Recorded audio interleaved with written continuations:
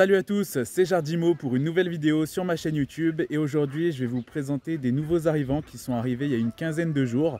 Donc j'ai pas eu le temps de vous les présenter avant, mais là je leur ai préparé le bassin, ça vous donne un petit indice. Et du coup là c'est vraiment le moment idéal pour vous les présenter, ils sont en train de se baigner. Donc écoutez, c'est parti, je vous les présente tout de suite juste après l'intro.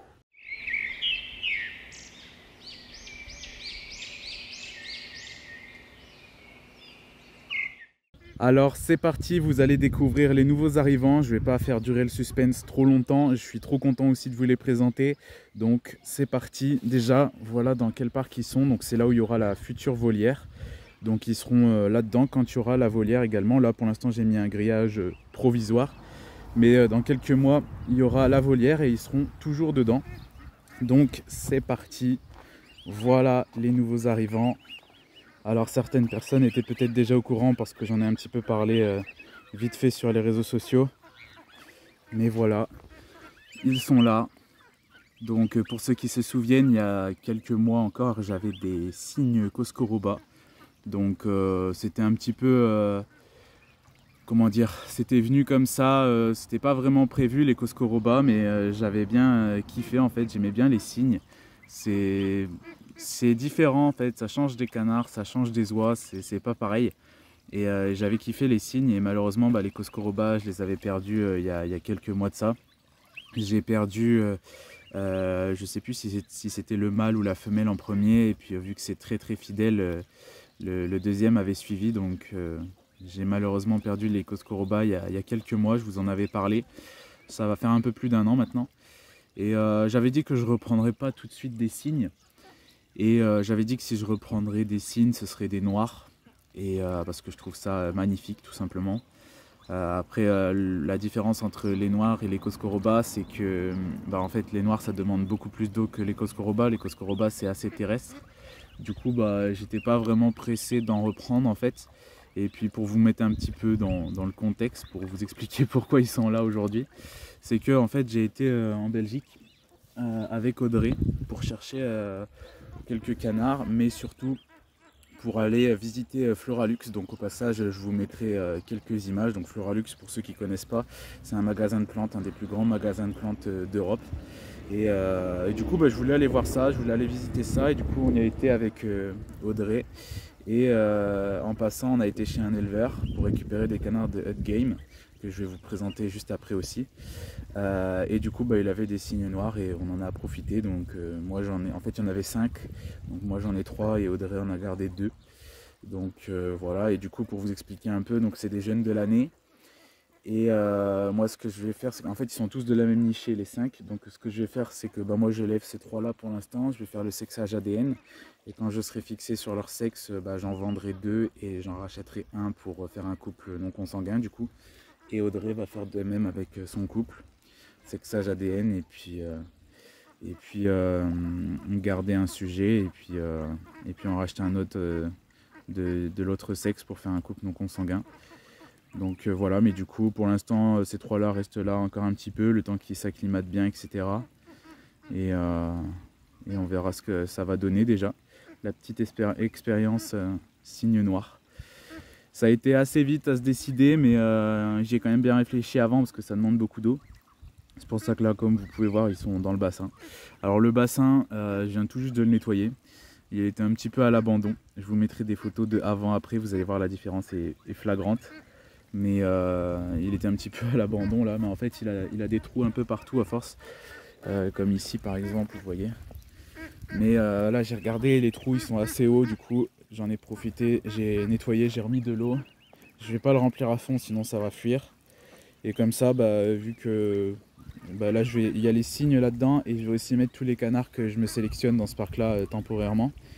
Donc du coup comme ça je pourrais nettoyer l'eau régulièrement. En fait je vais pas le remplir beaucoup. Je pense remplir le fond là, la marge du fond, et un petit peu jusque peut-être là, mais pas beaucoup. Je vais pas le remplir énormément, comme ça va me permettre de le changer aussi, de le changer plus souvent, parce que si je le remplis à fond pour le nettoyer c'est autre chose. Donc là je vais pas le remplir beaucoup, et comme ça je pourrais le nettoyer plus régulièrement. Donc voilà, et du coup là ils sont en train de kiffer parce que je les ai récupérés il y a une quinzaine de jours.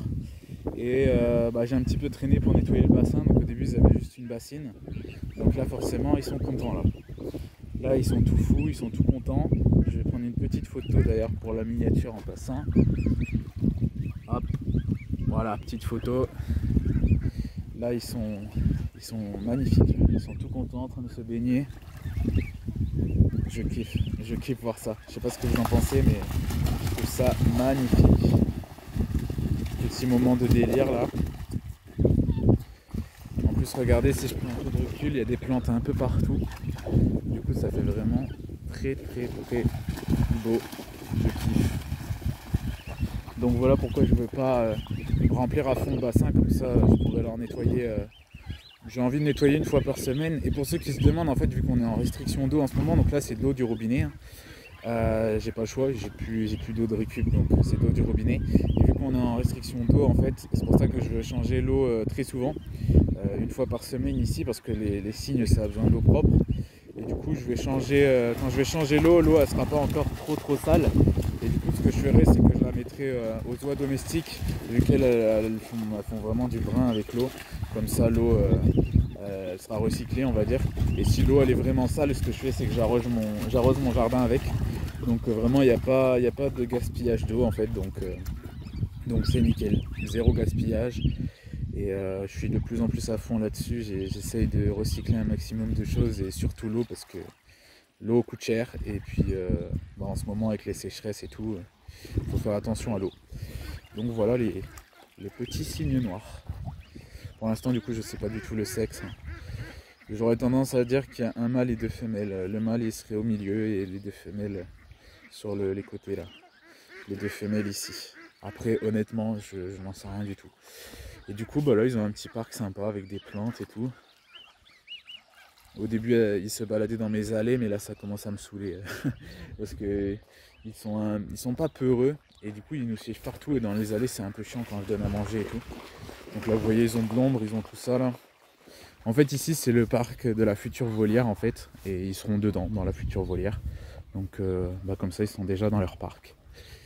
Voilà, les petits cygnes noirs. Et du coup je vais aller vite fait vous montrer aussi, le temps que j'y pense, les canards de Hut Game que j'ai ramenés de Belgique, de chez le même éleveur que là où j'ai récupéré les cygnes noirs. Donc au passage voilà un petit peu les oies. Je vais bientôt vous refaire une petite vidéo nouvelle de l'élevage je pense. Donc là il y a les jeunes Franconie. Donc pour ceux qui se demandent, j'ai vendu mes adultes, mon trio d'adultes. Et donc là j'ai 3 mâles et 2 femelles. Donc les 2 femelles je me les garde et les 3 mâles ils vont partir. Donc au passage si vous êtes intéressé, il y a encore 2 mâles disponibles. Et donc les 2 femelles je me les garde, et je vais me racheter un mâle d'un autre sang pour me refaire un nouveau trio donc consanguin et avancer dans mes sélections. Et du coup ici on a les canards de Hut Game. Alors c'est une race extrêmement rare, je pense que beaucoup ne connaissent pas. C'est une race qui avait tout simplement disparu et qui a été relancée par des éleveurs. Donc c'est une race belge et un peu particulière. Il y a beaucoup de gens qui n'aiment pas parce que ça fait un peu fouillé en termes de couleur et même de type, parce que c'est une race qui est semi-verticale on va dire. C'est pas à l'horizontale, mais c'est pas vertical comme le coureur indien non plus. Donc il y a beaucoup de gens qui n'aiment pas, mais moi je kiffe. Et j'aime bien m'intéresser à la sauvegarde, la conservation des races en voie d'extinction. Donc du coup voilà, c'était une race que je voulais absolument avoir. Bon, j'en avais déjà, j'avais quelques sujets, j'avais quelques bleus et un noir. Et là j'ai été récupérer un troupeau avec quelques bruns à l'intérieur. Et là la canne toute blanche là, pour ceux qui se demandent, c'est pas une bourbourg, c'est une canne de Merktem, je sais pas exactement comment on dit. C'est une race belge également. C'est une race blanche originaire de Belgique. Et ça ressemble beaucoup au bourbourg, mais ça n'en est pas. On voit un petit peu la différence, mais il faut vraiment avoir l'œil. Donc c'est une canne Merktem que j'ai récupérée pour travailler à la fois cette race-là et à la fois la race du canard de Bourbourg. Donc voilà un petit peu tout ça. Là c'est un peu le bazar. Là c'est plus la repro. Je commence à mélanger un peu tout le monde là. Donc faites pas attention. C'est plus la repro. Donc je commence à mélanger pour faire mes sélections là. Donc ça bouge beaucoup en ce moment. Mais du coup voilà les nouveaux arrivants. Et donc on a été aussi, donc, comme je vous l'ai dit, à Floralux. Et on a été aussi à Dupont Zoo, c'est un magasin spécialisé dans la vente d'articles pour animaux. Et du coup j'ai acheté quelques perruches que je vous présenterai dans une prochaine vidéo. Parce qu'en fait j'avais deux femelles perruches et du coup j'ai acheté 2 mâles pour faire 2 couples. Là ici regardez, c'est un nid de poules d'eau, je sais ça peut paraître improbable dans le parc des Hawaï, mais il y a un nid de poules d'eau juste ici. Elles sont là-bas derrière les poules d'eau. Et elles ont des bébés, voilà, donc là les Hawaï. Et du coup je disais on a été à Dupont Zoo, on a acheté, moi j'ai acheté deux mâles perruches. Audrey a acheté pas mal de choses aussi. Et j'ai aussi acheté des poissons pour... c'est des poissons classiques on va dire, pour mettre dans un petit bassin que j'ai dans mon terrain. Je vous les présenterai une fois aussi. Donc voilà, je vais pas les mettre avec les cygnes les poissons, je vous rassure. Sinon ils vont se faire manger. Mais voilà, et du coup j'ai acheté aussi à Floralux pas mal d'arbres fruitiers. Je vous mettrai des images de toute façon de notre petit voyage en Belgique là au fur et à mesure de la vidéo. Et du coup on a acheté, moi j'ai acheté pas mal d'arbres fruitiers pour mettre dans les parcs, parce que je veux remplir mes parcs d'arbres fruitiers, comme ça fera de l'ombre, ça évitera qu'il y ait trop d'eau pendant l'hiver, ça évitera les sécheresses en été et ça me donnera des fruits, donc c'est tout bénef. Planter des arbres, mais surtout planter des arbres fruitiers, c'est important. Et du coup là j'en ai acheté, en Belgique c'est beaucoup moins cher, donc du coup voilà, j'ai acheté des arbres fruitiers. Donc petit voyage en Belgique, je vous aurais bien fait une vidéo, mais j'ai pas spécialement eu le temps, j'ai pas spécialement pensé. En fait, disons qu'habituellement c'est pas moi qui conduis parce que j'avais pas le permis, mais là c'est moi qui ai conduit, donc c'est différent tout de suite. Et puis on a fait un petit tour, c'était vraiment détente quoi, donc j'ai pas trop filmé, mais je vous mettrai quelques images sur la vidéo, tout simplement. Donc voilà un petit peu les cygnes. Je kiffe avec de l'eau propre comme ça. Moi, ils me l'ont déjà sali, hein. Ça fait des crottes énormes ça. Ça fait des crottes d'éléphant carrément. Là ils kiffent là. Là ils sont tout contents. Là. Alors, il n'y aura pas énormément de profondeur au début. Hein. Cet hiver il y aura plus de profondeur parce qu'il va pleuvoir. Mais là il n'y aura pas beaucoup. Mais en vrai c'est suffisant. Déjà regardez comment ils sont heureux là. Ils sont tout contents. Je kiffe voir ça, c'est magnifique. Je pourrais rester des heures ici. En plus là c'est marrant, vu que le bassin n'est pas plein, en fait j'ai l'impression d'être avec eux, de me baigner avec eux. Moi j'en serais capable, hein. Vous savez que je serais capable de plonger avec eux là. Je suis un dingue. Bon, je pense qu'on est tous comme ça, hein, les éleveurs. Là il n'y a pas trop de boue, ça dérange pas. Hein. Bref. Et sinon, je vous montre vite fait. Hop, par ici. Je me balade là. Aujourd'hui c'est journée sélection pour moi. Donc je vais sélectionner un peu les plus grands canards là. Donc parce qu'en fait ici il y a... C'est les jeunes, et en fait si vous voulez il y a un peu de tailles qui se sont formées, il y a les plus grands et les plus petits, et les plus petits commencent à avoir du mal à grandir. Donc là je vais trier les plus grands. Donc les plus grands que je garde, pour l'instant je vais les mettre ici avec les cygnes du coup. Donc ça va m'obliger à en garder le moins possible, comme ça l'eau sera propre plus longtemps. J'aimerais bien que ce soir après sélection il y en ait moins que 30 on va dire. 25 j'aimerais bien, pas plus. Faut que j'arrête de garder trop de trucs. Et après tous ceux que je garde pas, je vais les mettre ici, et j'ai un autre parc là-bas plus loin. Comme ça ceux-là ils seront à vendre. Donc voilà, j'ai énormément de réservations cette année, donc ça devrait partir assez facilement. Donc là il y a les bagues. Pour ceux qui ne savent pas, cette année les bagues sont jaunes. J'aime pas trop, mais bon, c'est comme ça. Là c'est un petit parc que j'ai fait vite fait en cas où j'ai besoin d'admirer la posture de certains canards. Je vais peut-être faire une petite vidéo sur la sélection, mais pas sûr. Pas sûr parce que c'est... En fait j'aime bien faire des vidéos, mais il faut être plusieurs quand on fait la sélection. Là je suis tout seul, donc sélectionner plus filmer c'est pas évident. J'essaierai de faire quelques plans, mais c'est pas gagné. Bref, du coup déjà petite vidéo là sur les cygnes, j'espère qu'elle vous a plu cette petite vidéo. Là ça fait vraiment magnifique, regardez-moi ça, je suis trop content en vrai du résultat. Et là en septembre du coup je vais faire la volière. Et du coup je vous ferai des vidéos sur la construction de la volière. Hop, les petits cygnes qui se baignent, je pourrais rester des heures là.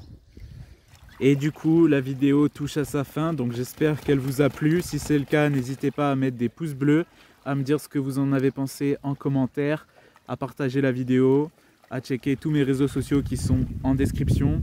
et à vous abonner si ce n'est pas déjà fait. Et on se retrouvera très bientôt pour une nouvelle vidéo. C'était Jardimo. Ciao tout le monde.